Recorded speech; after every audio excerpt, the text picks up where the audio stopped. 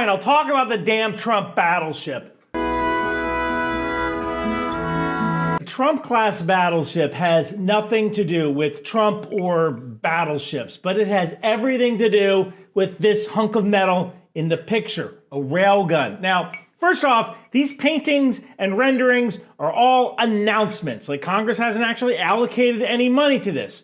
But, like every cool kid growing up in the 1980s, I had a copy of Advanced Technology Warfare, and I mean, this thing was better than Playboy, which probably explains why I don't have a girlfriend at 50. Hell, even in the 7th grade, I identified as amosexual. But look at this picture on the cover of the book. It's not realistic. Satellites will never be that close, but it's designed to convey a concept. Now, if you looked at this concept art, what do you see featured prominently?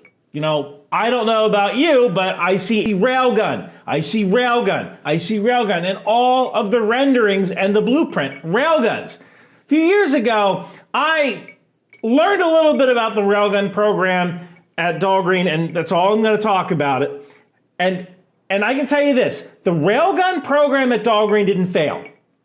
It worked, but the program was shelved. And the reason wasn't technical, it was political. I mean, look, it's a freaking missile navy, right? The U.S. solves its problems with missiles. I mean, look at the canceled Constellation-class frigate. So raise a glass to frigates. That was one of the reasons they couldn't finalize the design. It was the freaking VLS tubes. Do you need 32? Do you need 48? Well, now you're getting effectively 0. But that tells you how much the Navy is into missiles. Now, this isn't a conspiracy. I mean, it really is about incentives. Let's clear something up right away. That railgun was not canceled because it didn't function. By the time the Navy slowed the program down, the railgun was effectively demonstrated. Hypersonic muzzle velocities, non-explosive kinetic kill mechanism, per shot cost measured in tens of thousands of dollars, not millions. And that last point matters, because once you fire a missile, that missile is gone, right? A railgun shot is basically a chunk of metal. And we can pump out a lot of them, and they take up essentially no space. Each one is about the size of a toaster oven. Now, some of these things are guided. They could reach up to 100 nautical miles with a 32 megajoule railgun. What is on the Trump class or the USS Defiant? A 32 megajoule railgun. In the intelligence community, this is what we call a clue. And if you're just talking some dumb railgun rounds that have no seeker head, no rocket motor, no warhead, just physics, a regular 5-inch gun shell with chemical projectiles has shells that travel like Mach 2, Mach 3. We're talking about a 10-kilogram dart that's going to hit at 1,500 meters per second or 11.25 megajoules of energy, considering 1 kilogram of TNT has about 4.2 megajoules of energy. That's equivalent to 2.7 kilograms of TNT. Now, granted, the railgun dart doesn't have the same effect of TNT, but all of that energy is focused straight in for penetration. Something like that is likely to go straight through an enemy ship, through multiple decks, creating spall, starting fires, like the Doniger battle in The Expanse. Now, yeah, there were problems with the railgun. The barrel wear was real. Power generation was real. Thermal management, that was real. But none of these problems were unsolvable. They were expensive and time-consuming, and more importantly, doctrinally inconvenient, but not unsolvable. And that's where things went sideways. That's the uncomfortable truth. Missiles don't just dominate Navy weapons, they dominate Navy thinking. Missiles fit perfectly into modern naval doctrine. Standoff warfare, distributed lethality, fire and forget engagements, short decision loops. Kill change will look really nice on PowerPoint slides, right? Missiles also fit nicely into the, honestly, defense industry business model. I'm not a big believer that the military-industrial complex is real, but they do require constant refresh cycles because missiles expire. So you always need to keep making missiles. Software upgrades, incremental block improvements, predictable procurement pipelines. A railgun that fires dumb metal darts, maybe with the occasional smart dart, threatens all of that. Make one railgun slug and it stays a railgun slug essentially forever.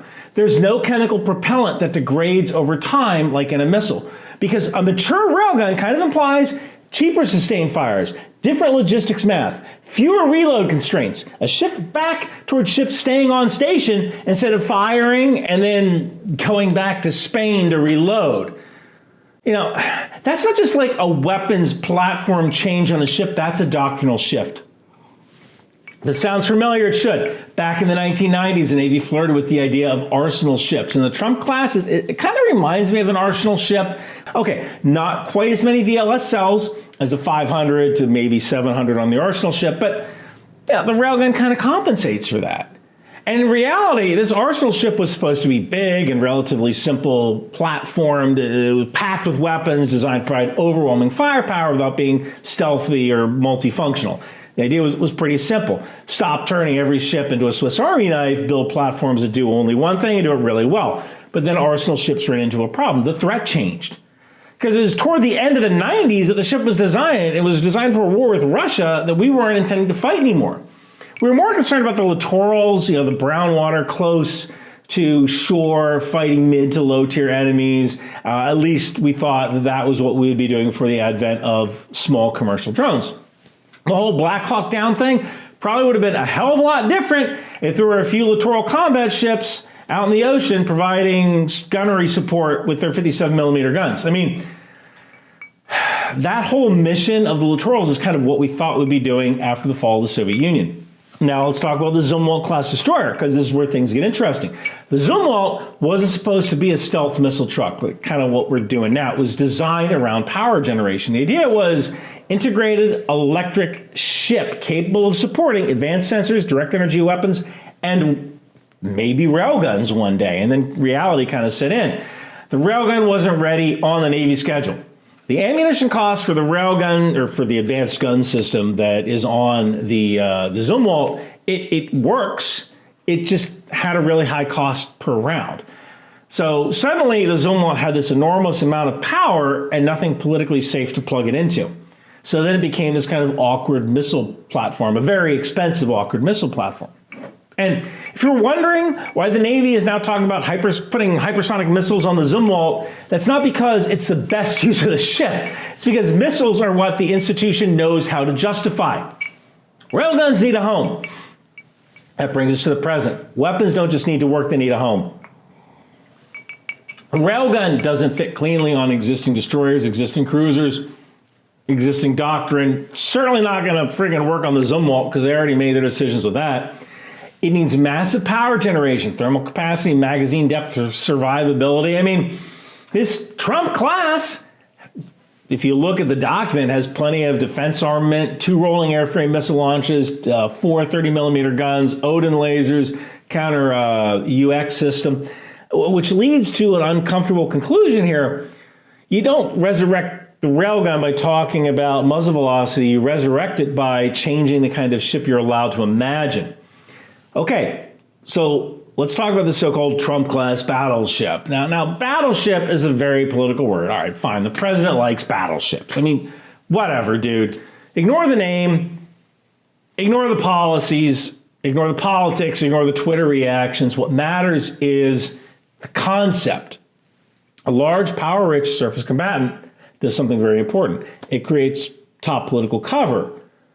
Suddenly you can say, hey, we need power for future weapons, we need survivability, we need sustained fires, we need to operate inside contested zones longer without replenishment. Once you start saying those things and designing from a clean sheet of paper, railguns suddenly make sense. It's not a science project, it's a mission system.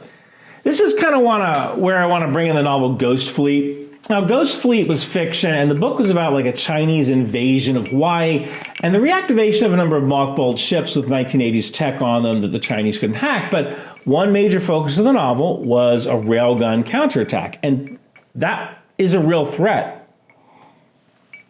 A railgun armed ship isn't terrifying because of one shot. It's terrifying because it can keep shooting. Yeah, barrel wear is an issue, but we'll figure that one out.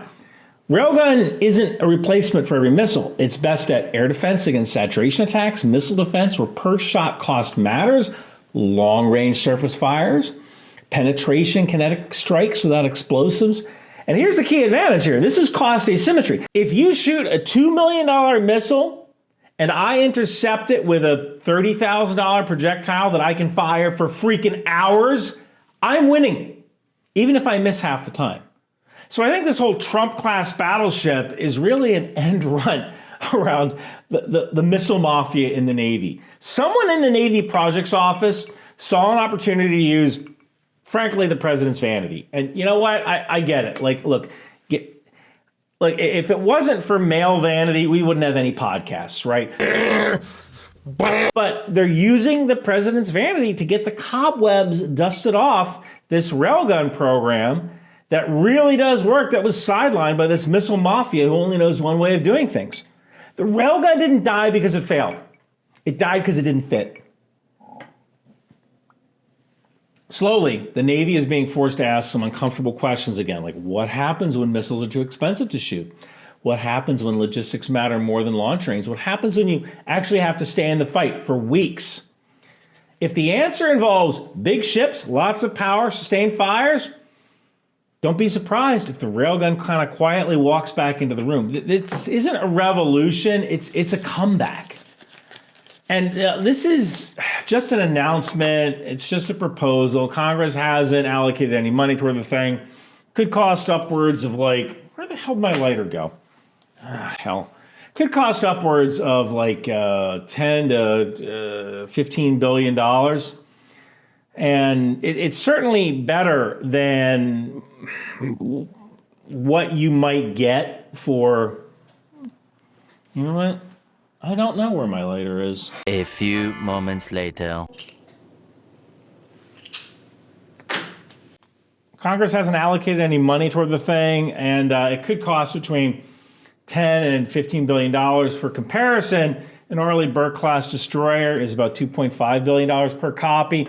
So would this thing be 4 times as effective? I mean, you can distribute destroyers much better than you can distribute a single ship, right? Like, you have 4 destroyers, you can put them in various places, but you know, it certainly would act as like a flagship for a strike group and be able to be the command ship for missions that don't require a carrier. I mean, heck, maybe we can make this thing nuclear powered, right? We used to have nuclear powered cruisers, the Virginia class. Although there's really only one shipyard that can do it, that's Newport News, and I think they're busy making carriers right now.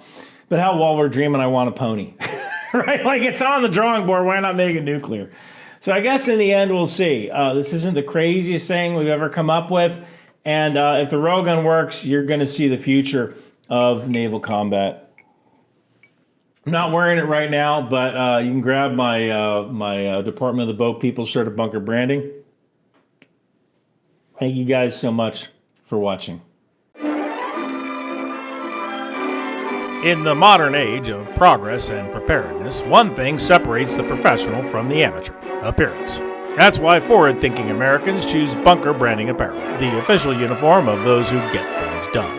Each shirt is precision engineered and field tested under rigorous conditions such as extended YouTube filming operations, Substack editorial duty, and the occasional internet argument. Designed for comfort, durability, and undeniable sense of tactical cool. So remember, citizens, when you're defending democracy, refueling freedom, or simply mowing the strategic lawn, Bunker Branding keeps you mission ready, wrinkle-free, and unmistakably American.